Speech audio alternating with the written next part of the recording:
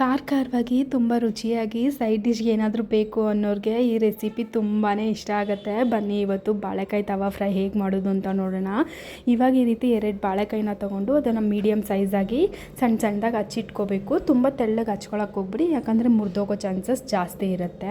ಅದಾದ ನಂತರ ಒಂದು ಬಟ್ಲಿಗೆ ನೀರು ಹಾಕಿ ಒಂದು 5 ನಿಮಿಷ ಎತ್ತಿಟ್ಬಿಡಿ, ಯಾಕಂದರೆ ಕಲರ್ ಚೇಂಜಸ್ ಆಗುತ್ತೆ. ಅದಕ್ಕೋಸ್ಕರ ಇವಾಗ ಮಸಾಲೆ ಮಾಡ್ಕೊಳ್ಳೋಣ. ಅಷ್ಟರಲ್ಲಿ ಇವಾಗ ಒಂದು ಪ್ಲೇಟ್ಗೆ 2 ಟೇಬಲ್ ಸ್ಪೂನ್ ಆಗೋಷ್ಟು ಅಕ್ಕಿ ಹಿಟ್ಟು, 1 ಟೇಬಲ್ ಸ್ಪೂನ್ ಆಗೋಷ್ಟು ಖಾರದ ಪುಡಿ, ಹಾಗೆ 1 ಟೇಬಲ್ ಸ್ಪೂನ್ ಆಗೋಷ್ಟು ಧನಿಯಾ ಪುಡಿ, ಹಾಗೆ ಗರಂ ಮಸಾಲ, ಸ್ವಲ್ಪ ಅರಿಶಿನ, 1 ಟೇಬಲ್ ಸ್ಪೂನ್ ಆಗೋಷ್ಟು ಎಣ್ಣೆನ ಹಾಕ್ಕೊಂಡು ರುಚಿಗೆ ತಕ್ಕಷ್ಟು ಉಪ್ಪು ಹಾಕಿ ಸ್ವಲ್ಪನೇ ನೀರು ಹಾಕ್ಕೊಂಡು ಈ ರೀತಿ ಪೇಸ್ಟ್ ಮಾಡ್ಕೋಬೇಕು.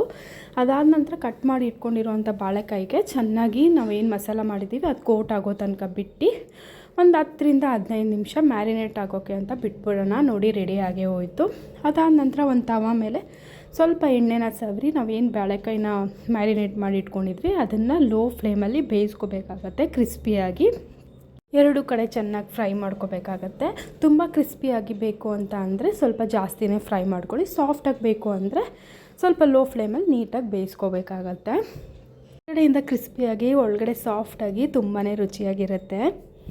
ಇನ್ನೂ ಸ್ವಲ್ಪ ಎಣ್ಣೆ ಬೇಕು ಅಂತಂದರೆ ನೋಡಿಕೊಂಡು ನೀವು ಹಾಕ್ಕೋಬೋದು. ಡೀಪ್ ಫ್ರೈ ಮಾಡ್ಕೊಳ್ಳೋಕ್ಕಿದ್ರೆ ಡೀಪ್ ಫ್ರೈ ಕೂಡ ಮಾಡ್ಕೋಬೋದು. ನೋಡಿ ರೆಡಿ ಆಗೇ ಹೋಯಿತು. 2 ಕಡೆ ಚೆನ್ನಾಗಿ ಕ್ರಿಸ್ಪಿಯಾಗಿ ಆಗಿದೆ. ತುಂಬಾ ರುಚಿಯಾಗಿ ಕೂಡ ಇರುತ್ತೆ. ನೋಡೋಕ್ಕೂ ತುಂಬಾ ಟೆಂಪ್ಟ್ ಆಗ್ತಾ ಇರುತ್ತೆ.